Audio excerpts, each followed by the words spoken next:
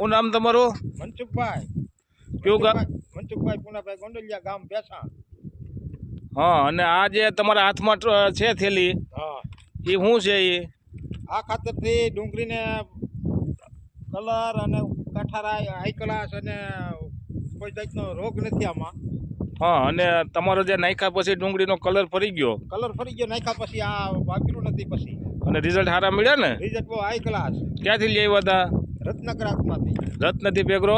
હા, રત્નથી પેગરો ભેસાણમાંથી લઈ આવ્યા હતા ને? હા, ભેસાણ ત્યાંથી. અને ખેડૂતને વાપરવું હોય તો આ ડુંગળીમાં વાપરવાની ભલામણ કરાય. આ ડુંગળીમાં વાપરે બહુ સારું રિઝલ્ટ છે. હા, અને આ ભાઈ બાજુમાં તમારી ડુંગળી જોઈ છે આપણે, જો આ તો તમને વિડીયોમાં નહીં દેખાય. આ ઈ ફેલ થઈ ગઈ સાવ. એમાં એને કઈ વાપરું નહોતું ને? નહીં, ઈ ડીએપી નહીં કાઢતો. હા, ડીએપી તો પાયાની વાવવાની છે, પણ ખેડૂત નાખે અને કોણ ના પડે જમીન. નાખે નાખે ભરી જાય. હા, બાકી રિઝલ્ટ સારા. હા, આમાં હજી અમે બીજું કોઈ નથી નાખ્યું, પણ આ નહીં ખાવતી પછી એનું રિઝલ્ટ સારું. તો ખેડૂતને વાપરવાની ભલામણ કરો છો? હા, ગમે ઈ નાખીએ ને રિઝલ્ટ પૂરું આવી છે.